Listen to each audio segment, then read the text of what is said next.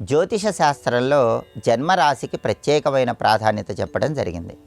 వృషభ రాశిలో జన్మించిన స్త్రీ పురుషులకి ఎటువంటి లక్షణాలు ఉంటాయో, వృషభ రాశిలో జన్మించిన వాళ్ళు ఏ ఏ రంగాల్లో రాణిస్తారో, జీవితంలో త్వరగా మంచి పురోభివృద్ధిని సాధించాలంటే వృషభ రాశి వాళ్ళు ఆరాధించవలసిన దైవం ఎవరో నేటి శుభం లాభం అనే శీర్షికన పరిశీలిద్దాం.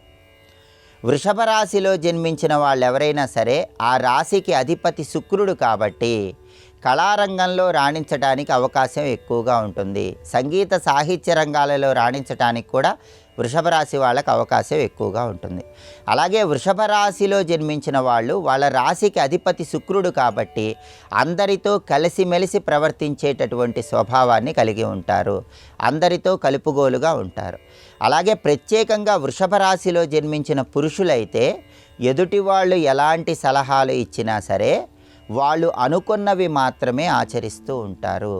ఆ సలహా ఎంతో మంచిదని భావిస్తే తప్ప సహజంగా వాళ్లకు వాళ్ళుగా స్వతంత్రంగా ఆలోచించుకొని నిర్ణయాలు తీసుకునే లక్షణాన్ని కలిగి ఉంటారు.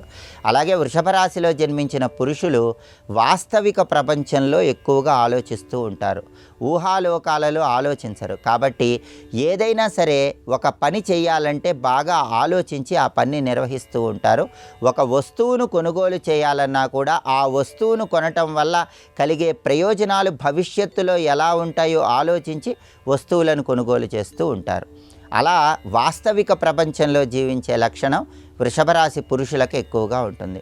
అలాగే వీళ్ళకి సహనం కూడా చాలా ఎక్కువగా ఉంటుంది. విమర్శలను ఏమాత్రం పట్టించుకోకుండా వాళ్ళ పని వాళ్ళు నిర్వహించుకునేటటువంటి లక్షణాన్ని వృషభ రాశి పురుషులు కలిగి ఉంటారు. అలాగే వృషభ రాశిలో జన్మించిన పురుషులు చుట్టుపక్కల పరిస్థితులు ఏ విధంగా ఉన్నప్పటికీ ప్రశాంతంగా ఆ పరిస్థితులకు తగ్గట్టుగా తమకు తాము మలుచుకొని ముందడుగు వేసే లక్షణాన్ని కలిగి ఉంటారు. అంతేకాకుండా వృషభ రాశిలో జన్మించిన పురుషులు ఎటువంటి సమస్యలు వచ్చినా సరే ప్రశాంత చిత్తంతో ఆ సమస్యలను పరిష్కరించుకుంటూ ఎదుటి వ్యక్తులకు అనుకూలంగా వ్యవహరిస్తూ ముందడుగు వేస్తూ ఉంటారు. అదేవిధంగా వృషభ రాశిలో జన్మించిన స్త్రీలైతే ఎదుటి వాళ్ళకి మంచి మంచి సలహాలు ఇవ్వగలరు. కొంచెం కఠినంగా ఉన్నప్పటికీ వాస్తవికతకు దగ్గరగా ఉండే సలహాలు ఇచ్చే శక్తి వృషభ రాశి స్త్రీలకు ఎక్కువగా ఉంటుంది. అలాగే వృషభ రాశిలో జన్మించిన స్త్రీలు ఎవరైనా సరే ఆత్మాభిమానాన్ని ఎక్కువగా కలిగి ఉంటారు. విమర్శలను ఒప్పుకోరు. విమర్శలను తిప్పికొట్టే లక్షణాన్ని కూడా కలిగి ఉంటారు. అలాగే కుటుంబ జీవితానికి ప్రాధాన్యత ఎక్కువగా ఇస్తారు. క్రమశిక్షణతో పిల్లల్ని తీర్చిదిద్దుతూ ఉంటారు. సంగీత సాహిత్య రంగాల్లో తారాస్థాయికి వెళ్ళగలిగే శక్తి వృషభ రాశిలో జన్మించిన స్త్రీలకు ఎక్కువగా ఉంటుంది.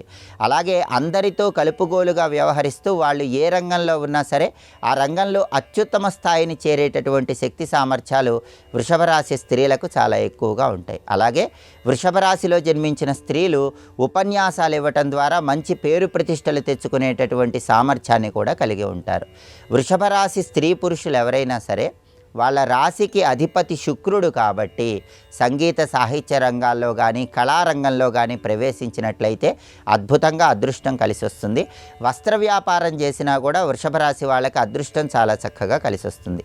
వాళ్ళ రాశ్యాధిపతి శుక్రుడు కాబట్టి శుక్రుడికి అధిష్టాన దైవం రాజరాజేశ్వరీ దేవి, లలితా పరమేశ్వరీ దేవి కాబట్టి ఎక్కువగా లలితా అమ్మవారిని పూజించినట్లయితే జీవితంలో మంచి పురోభివృద్ధిని సాధించగలరు. అందుకే వీలైనప్పుడల్లా శుక్రవారం పూట లలితా సహస్రనామ స్తోత్ర పారాయణ చేయటం, రాజరాజేశ్వరి అష్టకాన్ని పారాయణ చేయటం ద్వారా ఉత్తమ ప్రయోజనాలు చేకూరతాయి. మంత్రశాస్త్రం పరంగా ఓం శ్రీ రాజమాతంగ్యై నమః అనే మంత్రాన్ని వృషభ రాశిలో జన్మించిన వాళ్ళు ప్రతిరోజు వీలైనన్ని సార్లు పఠించినట్లయితే జీవితంలో త్వరగా మంచి పురోభివృద్ధిని సాధించవచ్చు. అలాగే నెలకొక్కసారి శుక్రవారం పూట నానబెట్టిన అలసందలు అంటే బొబ్బర్లు గోమాతకు ఆహారంగా తినిపించటం, అలాగే కేజింబావు అలసందలు తెల్లటి వస్త్రంలో కట్టి శుక్రవారం పూట ఎవరికైనా దేవాలయంలో దానం ఇవ్వటం ద్వారా కూడా శుక్రుడి విశేషమైన బలాన్ని పెంపొందింపజేసుకొని సమస్త శుభ ఫలితాలను సిద్ధింపజేసుకోవచ్చు.